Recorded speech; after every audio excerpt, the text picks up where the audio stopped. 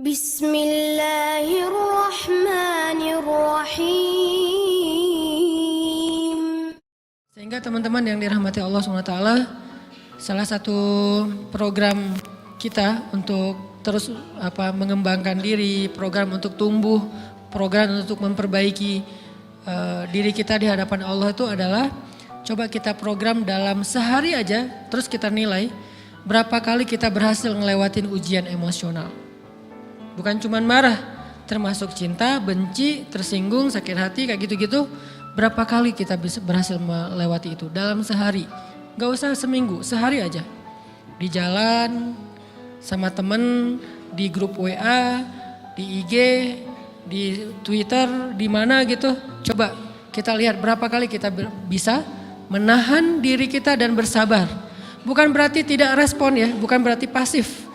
Kita bisa merespon tapi dengan cara yang elegan. Kita bisa merespon tanpa harus memperlihatkan emosional yang meledak-ledak. Bukan berarti ketika disakiti orang, dihina dan segala macam kita diam aja.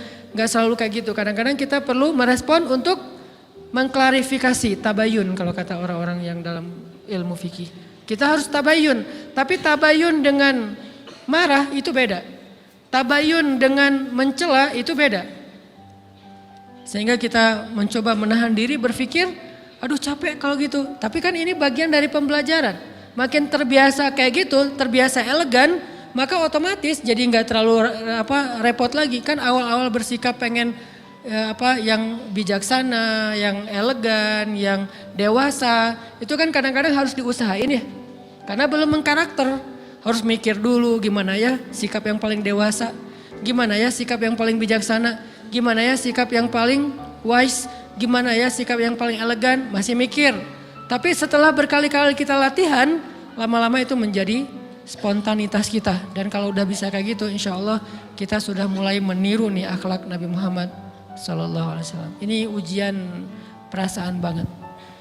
Kalau tadi saya ngasih contoh diselingkuhin itu sebetulnya cuman bercanda ya. Karena diselingkuhin ini pastinya bukan ujian. Tapi musibah. Pengkhianatan ya, tidak ada tempat. Gimana kita ngelawan perasaan kita kalau lagi kayak gitu? Gimana kita ngelawan perasaan kita kalau lagi diuji? Gimana cara kita bersabar? Karena iman dan sabar itu bisa dibilang satu paket. Gak disebut orang beriman kalau gak sabar. Dan insya Allah orang yang sabar itu adalah ciri-ciri orang beriman. Gak mungkin disebut orang beriman kalau gak sabar. Kita pikir memang iman itu hanya ucapan. Kalau iman itu cuma ucapan, inna sholati wa nusuki wa mahyaya wa mamati lillahi rabbil alamin, gampang. Kalau iman itu cuma ucapan, hasbiyallah wa ni'mal wakil, gampang. Kalau iman itu cuma ucapan, la haula wa la quwata illa billah, gampang. Kalau iman itu cuma ucapan, iyyaka na'budu wa iyyaka nasta'in, gampang. Tapi Allah mengatakan wa ma hum bimu'minin. Ahasiban nasu ayyutraku ayyaqulu amanna wa hum la yuftanun. Emangnya cukup dengan hanya mengatakan kami telah beriman lalu tidak diuji? Ternyata iman adalah sabar dalam ujian. Jadi enggak mungkin orang disebut beriman sementara dia tidak sabar, sementara dia emosional, sementara dia temperamen, sementara dia orangnya meledak-ledak, sementara dia orangnya mengeluh, sementara dia orangnya berputus asa. Enggak mungkin. Karena ulama mengatakan la tayasu. La tayasu, jangan berputus asa. Fa innal ya's laisa min akhlaqil muslim atau mu'min. Karena sesungguhnya keputusasaan bukan di antara akhlak orang yang beriman. Orang yang beriman itu tidak pernah berputus asa. Serumit apapun masalah kita, kalau kita punya yakin sama Allah bahwa Allah ala kulli syai'in qadir, maka kita pasti akan punya harapan. Kalau kita yakin bahwa Allahu Akbar, sebesar apapun masalah kita, Allah lebih besar daripada masalah kita kan? Bukankah kita mendengar Allahu Akbar, Allahu Akbar. Ada gitu yang lebih besar daripada Allah?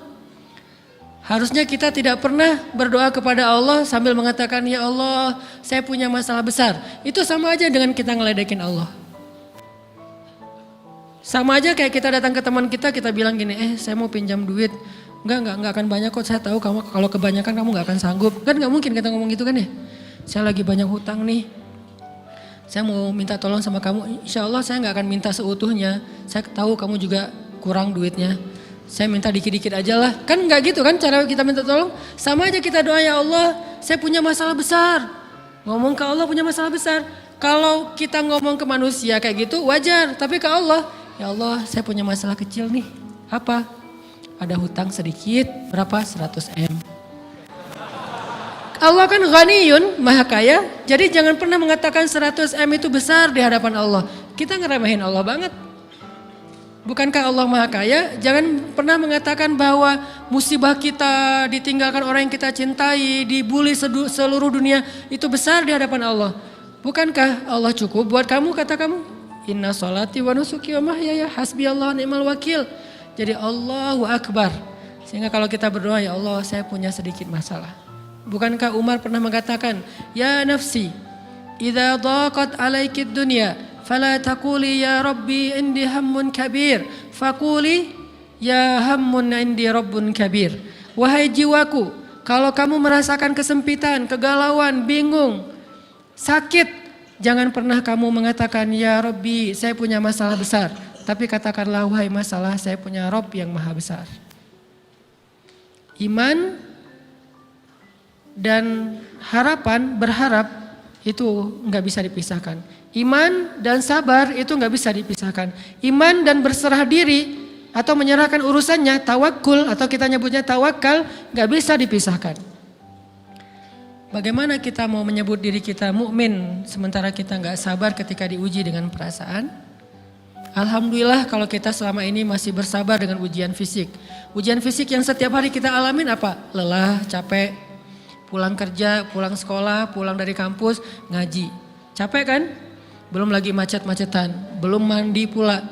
Dari tadi pagi, dari semalam kurang tidur dan segala macam. Lelah, capek, ngantuk. Kadang-kadang sampai drop kesehatan kita. Kita bisa lalui itu. Gak apa-apa, capek-capek juga, yang penting saya pengen belajar. Jalan nih jauh-jauh, ada yang dari Sumedang, ada yang dari Lembang, ada yang dari Banjaran, dari mana-mana datang pengen ngaji. Jarak jauh nggak apa-apa, macet nggak apa-apa, lelah nggak apa-apa, habis duit nggak masalah. Tapi sampai di sini kesenggol dikit aja sama teman kita dalam ucapan mungkin, dalam ekspresi kadang-kadang kita senyumin nggak dibalas senyum, atau mungkin hal-hal sepele.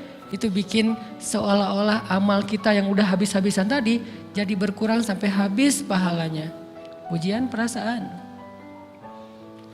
Kadang-kadang datang ke sini nggak ada rasa tidak nyaman sedikit mungkin dengan teman kita atau dengan orang yang di sebelah kita. Akhirnya kita merasa tersinggung, akhirnya kayak jadi berlebih-lebihan. Di tangga, di pintu, pas keluar, di tempat wudhu, di mana. Hal sepele sebetulnya, tapi mengganggunya bukan fisik kita. Yang terganggu bukan harta kita, tapi yang terganggu perasaan kita nih, rasa nyaman kita yang terganggu. Seolah-olah hilang semuanya. Jadi gak berarti, ini namanya ujian teman-teman. Syukran ya Rabbi, syukran, hadaita qalbi, syukran.